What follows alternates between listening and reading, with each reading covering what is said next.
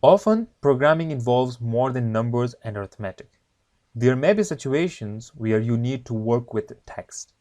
To work with text in Python and in any other programming language, you would need to use a string. A string is a data type that is used to store text. Remember, what is data type? Well, each data has its own features. That's why we need a data type. And that's why string has its own data type that is used to store text.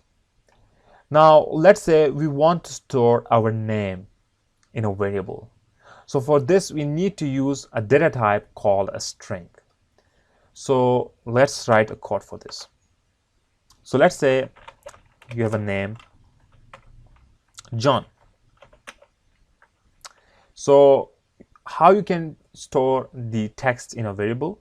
To store a text in a variable, you enclose the text in either single quotes, like I have done this over here, or you can also enclose with inside double quotes. So both of these are fine, okay? Single quotes and double quotes both will work in Python.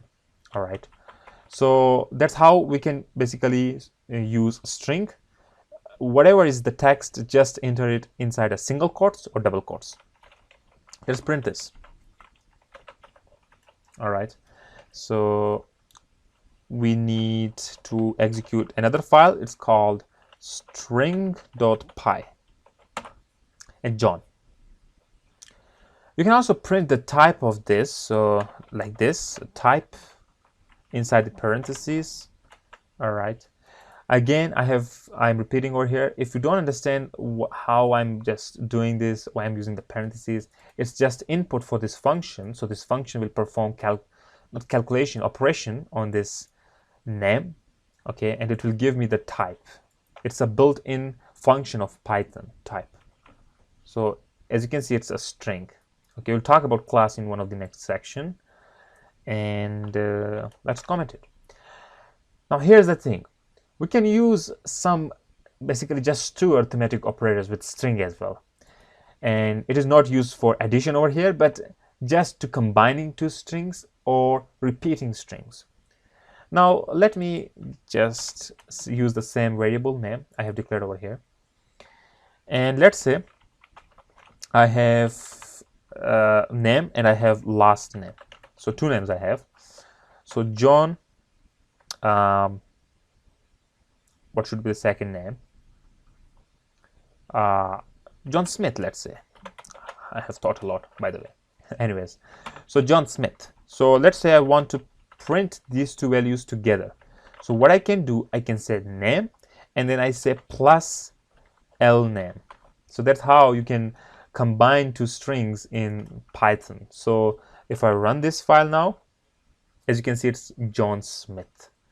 You can also include a string right over here without any variable. Like you use values, you don't need similarly variable for text as well. You need variable only if you want to store a value. For example, I want some space because there is no space in between John and Smith. Do you see over here? So what I can do is I can include another plus, all right, and then I can include double quotes or single quotes, both will work, and space. So let me clear the screen, and as you can see now we have a space between John and Smith over here. Now you should remember that now we have basically three strings. So name, this space, and L name. So now we have three strings. So to combine three strings, we are using two operators. So the first operator will combine these two, and then the second operator will combine all of these. That's why we are using 2 plus over here, okay? If we don't use 2 plus, it won't work, okay? Let me show it to you. So it's giving invalid syntax. So we need to use plus because plus will append these values, or combine the values. So John Smith. We have one another operator. That's cool. It's asterisk. If you want to repeat, for example, I say print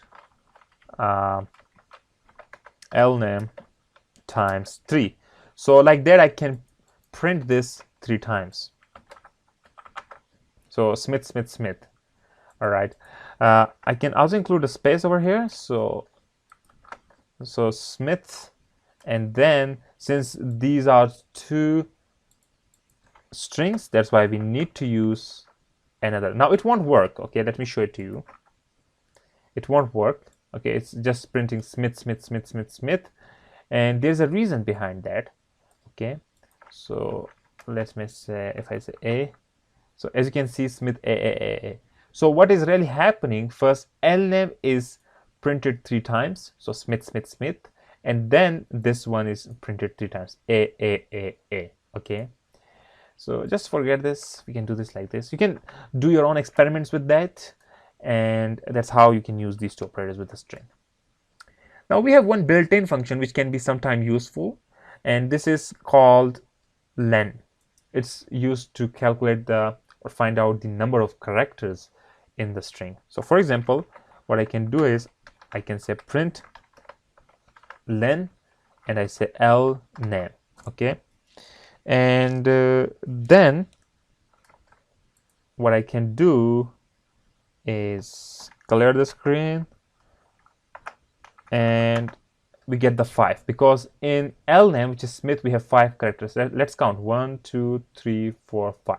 So that's how we can find out the length of the string or text. So this function is used for that. All right. Now there's one problem. Okay, let me show it to you. This problem. Let's say we have a sentence. I have we got the problem, done my work. Now as you can see, I have used this comma over here for I have, and it's not working. Okay, let me print this to show will it work or not. So what I can do, I can say print, just say sentence. Okay, and as you can see, it's giving me invalid syntax error. Okay, because the problem over here is that we use quotations, single quotations, to define the string. Now what this Python is considering only this thing is string. Okay, Python says that okay, you have enclosed I inside the single quotes, that's why this is the string, this is not the string. So how do we define comma inside comma? Now we can do this. Okay, it's quotations, not commas, sorry for that. We can use a double quotes like this, and it will work. So this is the one way. Okay, like this. So first you need to use different quotation than the external quotation, because in external quotation we use single quotations. That's why we use double quotation over here.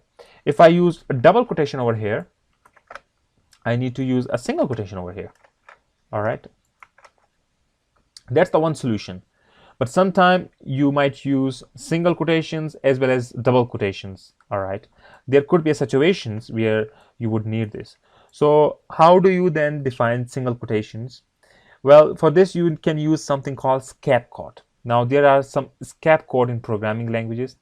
We'll talk about this as well. For now, just know that scapegoat are special codes that can be used for, you know, defining some special things. In this case, for defining quotations inside a quotations. So this scapegoat is backward slash. So this one. So if I use even a single quotation over here, okay, now I need to use backslash quote over here. So it will consider this as a string now. So let me print this. Now as you can see, it says I have done my work. So how to use comma inside a string? We can do that by using backslash scapegoat like this. Okay, there can be sometime a problem that you might occur on. So that's why I'm telling you this thing. Now let's perform one simple example. I think this video is going very long, but let's perform this practice. Let's say you want to write a code, okay, to get name, age, and height from user. So in this case, you need to get height, age, and name from user, and then you need to display the information in sentence, like name is age, year, old, and his height is height. So these are the age variables, and not to get user input, you can use something called input sentence to display on console. So what we can do is, let's say we want to get a value from the user. So in order to get the value from the user, you need to use a built-in function called input. So we need three things. We need name, age, and height. So name is equal to input, age is equal to input, and height, height, is equal to input. Now what we will do is we need to print it in a sentence, like we can say name concatenate is age, year, old,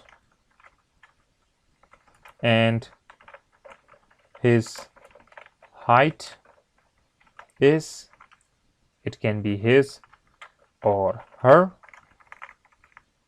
his height. All right, now let's run this code. But wait, we have a problem. The problem here is that inside this input, we need to define something, because it will not say anything on screen. So it's not telling me enter your name, enter your age, enter your height. Okay, it's not telling me anything. Now here I can enter my name. Okay, I can even enter my age. All right, let's take a random age and let's take a random height. All right, and it will just print Heather is 22-year-old and his or her height is 5.8. But it didn't tell me what it needed. So we can enter a string over here for this, and we can say enter your name. Okay, enter your age, enter your height. So that's how it can tell me that what it needs. So as a user, we can then, you know, enter. So enter your name. Let's say again, take random name, John Smith, random age, again, let's say 22, and random height, 5.8. So now John Smith is 22-year-old and his or her height is 5.8. So that's how we can input the value from the user and can display on the console. So it was a quite long video, but in this video you have learned about string and all the things that was important for the string. In the next video we'll talk about string methods, which is also one of the most important thing. So don't wait, click next. I will see you in the next video. Bye bye.